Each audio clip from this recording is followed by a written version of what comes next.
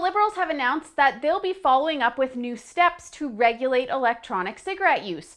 Electronic cigarettes vaporize flavored fluids that typically contain nicotine and have been used as an alternative to tobacco in order to help people quit the habit.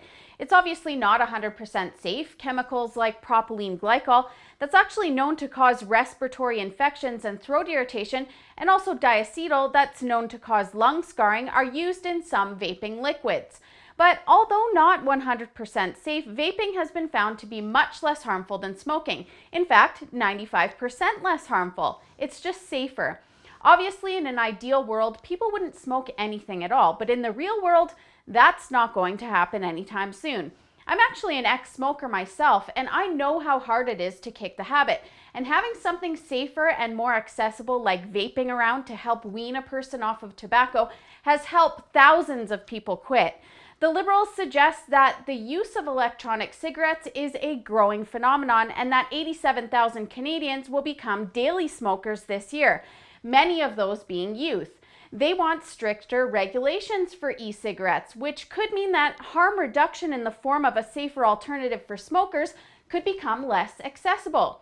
So let me get this straight. The Liberals want to increase access to marijuana, but decrease access to a healthier alternative to smoking tobacco, which is actually linked to cancer and other major health problems that 100 Canadians die from each day. Makes total sense, doesn't it? The main concern coming from the Liberals is that they want to deter youth from smoking.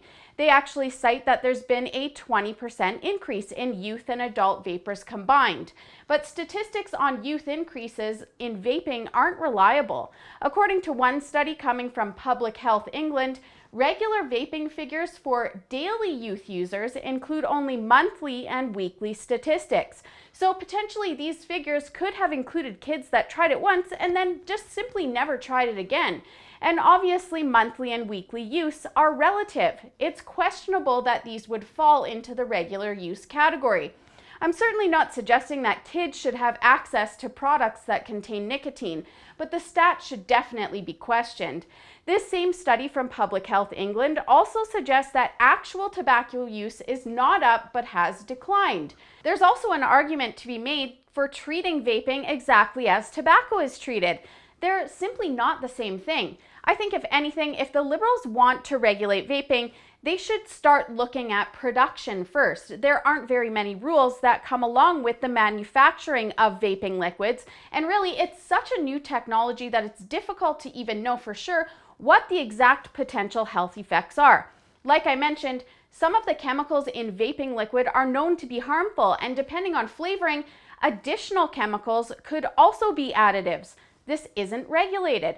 So why not look at reducing harm even further by taking a look at the source of the product and its manufacture instead of limiting access to a healthier alternative for tobacco smokers? Because at this point, it's really difficult to get behind policy that appears to be hindering tobacco smokers from having access to a product that could actually save them from adverse health effects and even in some cases, death. There's a lot of questionable data associated with the assumptions that the Liberals are making on this decision regarding vaping. But one thing that isn't questionable is a person's right to harm reduction measures that save lives, even if those measures aren't 100% safer. For the Rebel.media, I'm Holly Nicholas. Thanks so much for watching. Have you had a chance to sign my petition at beerfreedom.ca? If not, check it out and show your support for free trade in Canada.